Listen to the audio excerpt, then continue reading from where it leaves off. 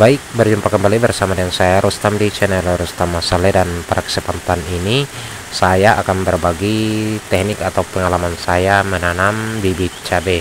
Jadi di depan saya ini merupakan bibit tanaman cabai besar yang saya akan tanam, namun berbeda dengan bibit cabai pada umumnya yang sahabat-sahabat tani mungkin sebagian sudah melakukan atau ada yang belum tahu. Jadi seperti itu kita akan berbagi pengalaman atau informasi.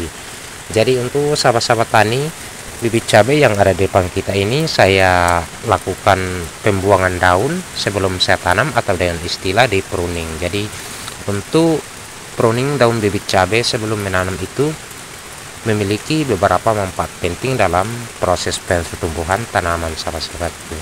Jadi untuk penjelasan atau manfaat daripada membuang daun atau kita pruning daun bibit cabai sebelum kita tanam itu, pertama adalah pertumbuhan, stimulasi pertumbuhan sahabat-sahabatku.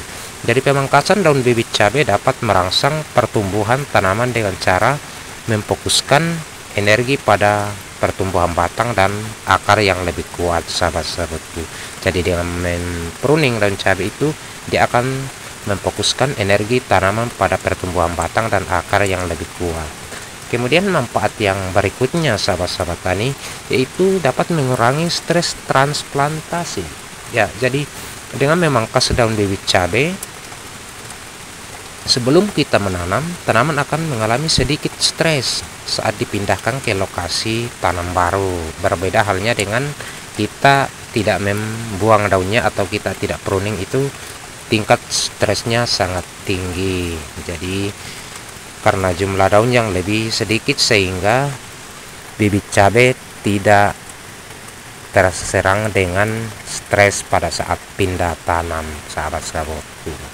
Ya, kemudian poin yang berikutnya yaitu dapat mencegah penyakit dan hama. Jadi dengan cara seperti ini, mempruning daun bibit cabai itu dapat membantu mengurangi resiko penyakit dan hama pada tanaman.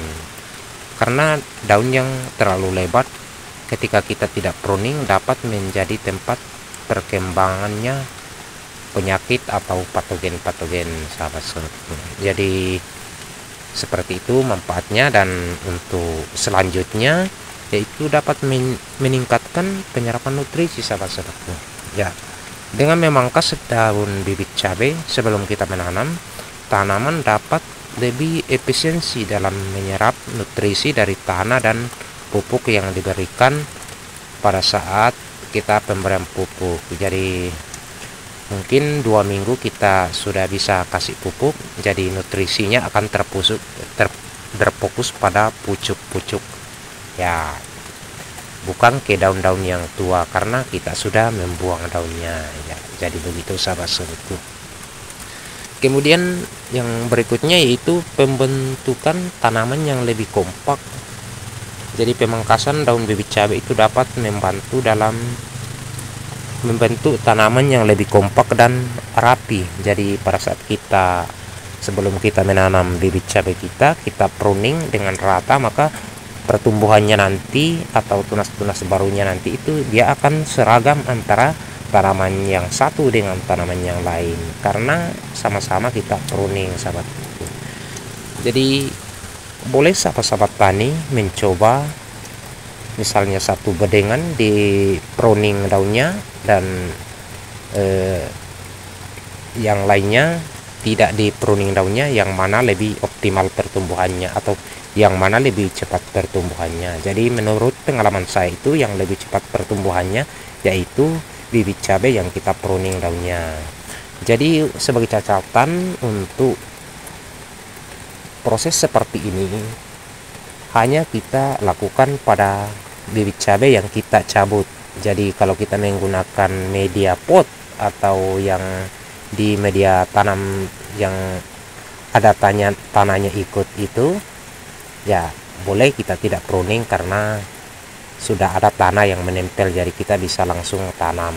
Ya, jadi ini hanya berlaku untuk bibit cabai yang kita cabut dari tanah dan kita pindahkan ke lahan lain. Ya, jadi seperti itu.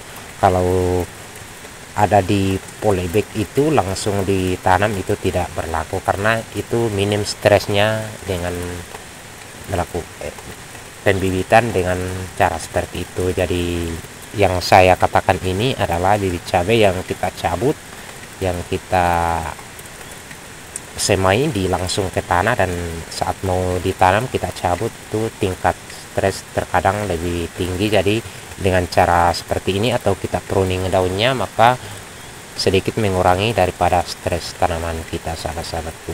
Jadi seperti itu informasi yang bisa saya berikan atau saya bagikan pada kesempatan ini, dan kita sama-sama petani saling berbagi dan saling belajar mengenai tanaman, dan semoga kita sama-sama sukses. Dan sampai jumpa di video selanjutnya. Dari sahabat-sahabat tani yang baru menemukan channel ini, silakan dukungannya dengan cara menekan tombol subscribe-nya, dan jangan lupa dinyalakan loncengnya biar sahabat-sahabat yang pertama tahu tentang informasi atau konten-konten terbaru yang ada di channel Rostama Saleh. Oke, sekian dari saya dan semoga bermanfaat apa yang saya katakan, dan sampai jumpa di video selanjutnya. Assalamualaikum warahmatullahi wabarakatuh.